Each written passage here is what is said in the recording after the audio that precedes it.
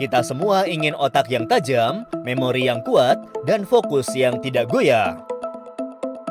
Tapi tahukah kamu, ada 4 kebiasaan umum dalam gaya hidup modern yang ketika digabungkan menjadi kombinasi sempurna untuk merusak otak kamu secara perlahan.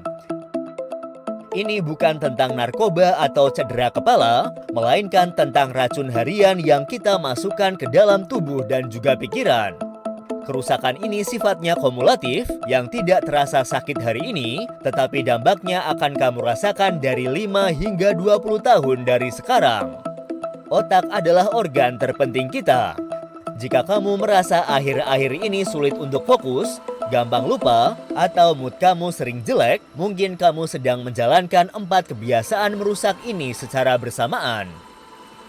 Mari kita bahas satu persatu dan temukan bagaimana mereka bersekutu untuk melemahkan kecerdasan kamu.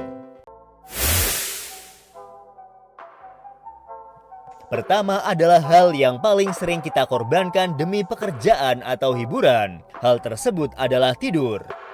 Banyak dari kita menganggap tidur hanya sebagai waktu istirahat fisik. Padahal bagi otak, tidur adalah shift kerja terpenting yang disebut sistem glimpatik.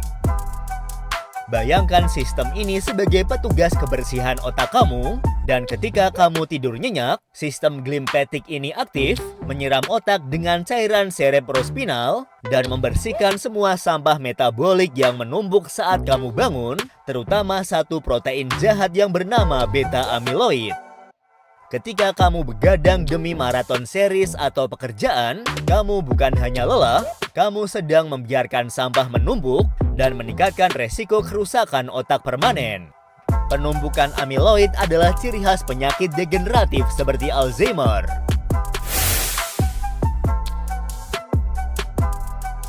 Di tengah aktivitas yang padat, solusi tercepat untuk mendapat energi atau mood instan adalah makanan manis, minuman kemasan, atau makanan cepat saji yang penuh karbohidrat olahan. Ini adalah penyebab kedua, yaitu gula berlebihan.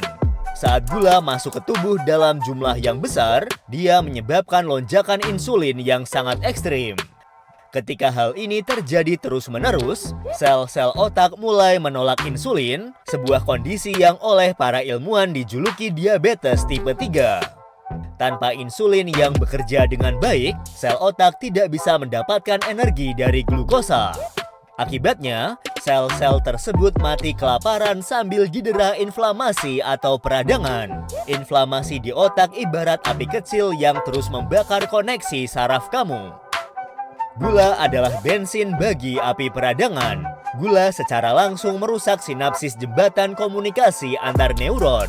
Jika digabungkan dengan kurang tidur, proses pembersihan toksin atau beta-amiloid terhenti, sementara api peradangan atau gula terus menyala. Hal ini adalah bencana ganda.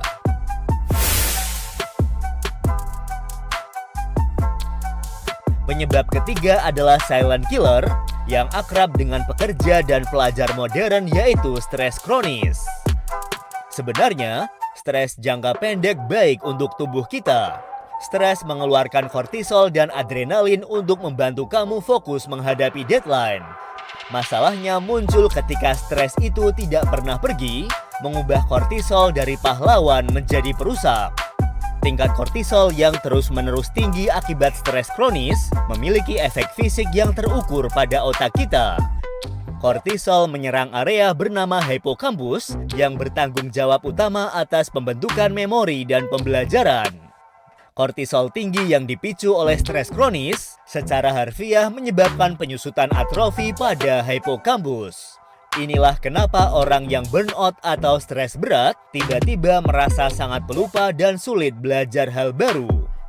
Gabungkan stres dengan inflamasi atau gula, maka area memori kamu akan terserang dari dua sisi, yaitu penyusutan fisik dan peradangan kimia.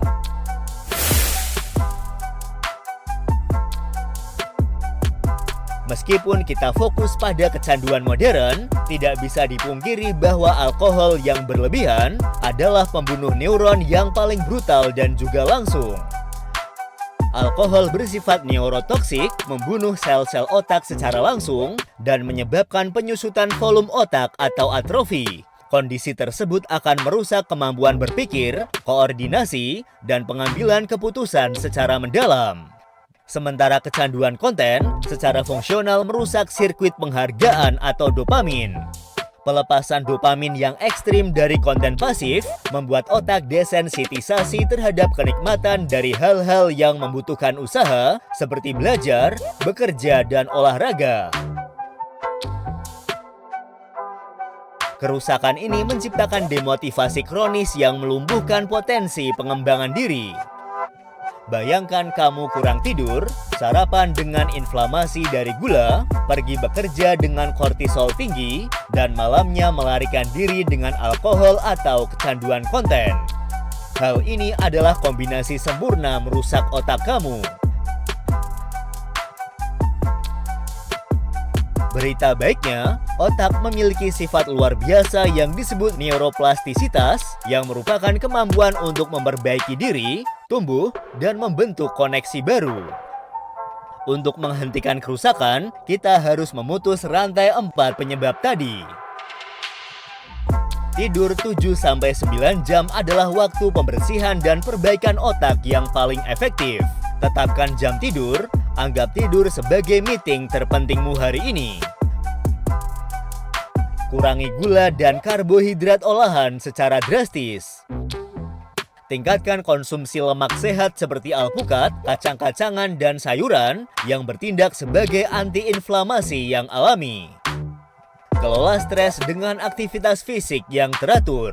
Olahraga meningkatkan aliran darah ke otak dan melepaskan brain derived neurotrophic factor, sebuah hormon yang berfungsi sebagai pupuk bagi pertumbuhan neuron baru yang membantu menyeimbangkan kerusakan kortisol. Jika kamu kecanduan konten, ganti stimulasi pasif dengan aktivitas aktif yang membutuhkan usaha dan memberikan reward yang tertunda, misalnya belajar bahasa baru, memasak, atau meditasi. Otak adalah mesin paling kompleks di alam semesta. Melindunginya dari kombinasi merusak ini adalah investasi terbaik yang bisa kamu lakukan untuk masa depan kamu. Tulis di kolom komentar kebiasaan nomor berapa yang paling sulit kamu tinggalkan dan bagaimana rencana kamu untuk memperbaikinya hari ini. Jangan lupa like video ini, subscribe channel Arus Ilmu, tekan tombol lonceng. Terima kasih sudah menonton, sampai jumpa di video selanjutnya.